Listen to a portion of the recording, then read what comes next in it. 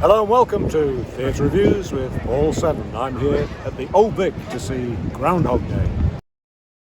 Please consider subscribing to this channel. If you do, you'll be helping it grow and you'll be the first to hear about my future reviews. Now, I hesitate to say this because it's been a few years since I saw the film Groundhog Day, but Tim Minchin's stage musical version at the Old Vic may be funnier and deeper than the original. Keep watching and I'll tell you why I could see it again and again. The story is essentially the same. In fact, Danny Rubin, who wrote the film's screenplay, has written this musical's book. It's about a cynical, egocentric TV weatherman, Phil Connors, who is fated to repeat the same day until he redeems himself. The day in question is Groundhog Day in Punxsutawney, an annual event when a large rodent predicts the end of winter.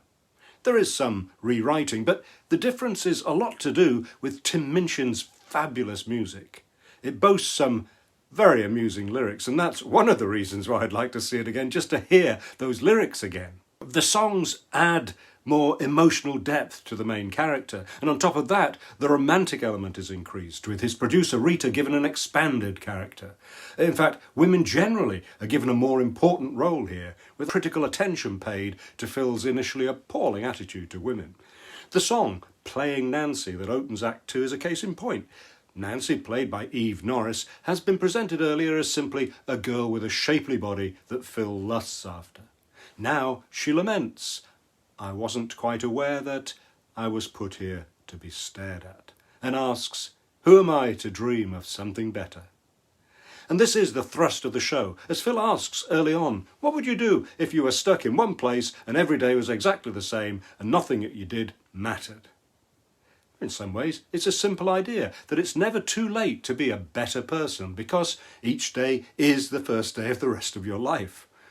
The message may be wrapped up in glorious comedy, but it is profound enough to occur in different forms in Nietzsche, Aristotle and Buddhism, as the excellent theatre programme reminds us.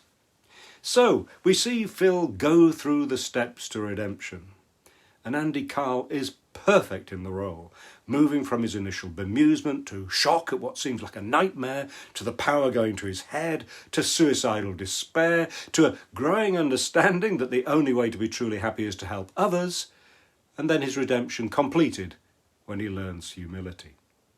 And Mr. Karl can sing and move well, but the joy of his performance is in his physical appearance, an expressive face that changes from handsome TV star with fake smile, to panic, to glee, to desperation, and with an athletic, flexible body that can puff out, deflate, leap, and fall.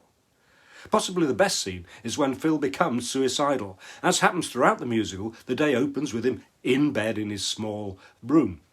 One suicide after another sends him off stage in one direction, only for him to appear instantly waking up in bed. It's the sort of trick you see in a film and think little of it, but done live on stage, it takes you back to when you were first entranced by the magic of theatre. Credit to Paul Keeve for this and other illusions. The set by Rob Howell is a wonder. Scenes of the groundhog ceremony, a diner, a street and more segue smoothly from one to the other, while consistently returning to the centrepiece of the tiny bedroom. At one point, a bar converts to a truck, and there's also inventive use of model cars and houses to illustrate a chase.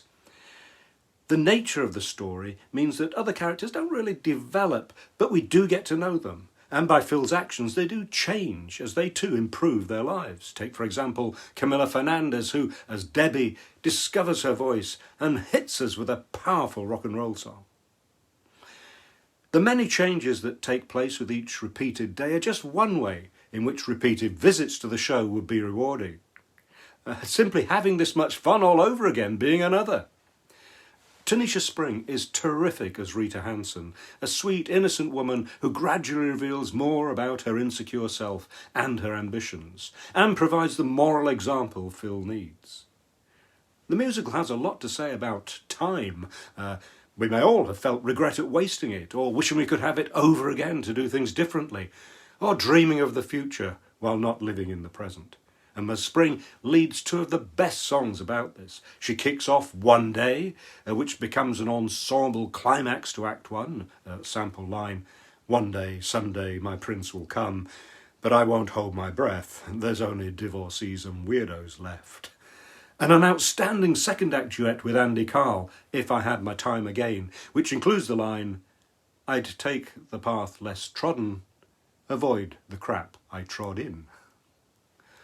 Matthew Warchus directs the whole imaginative spectacle with verve. If this production doesn't end up with a long run in the West End, and it should, it would make a great alternative to the Old Vic's annual Groundhog Day-like repeat of his A Christmas Carol. I give Groundhog Day the Musical 5 stars.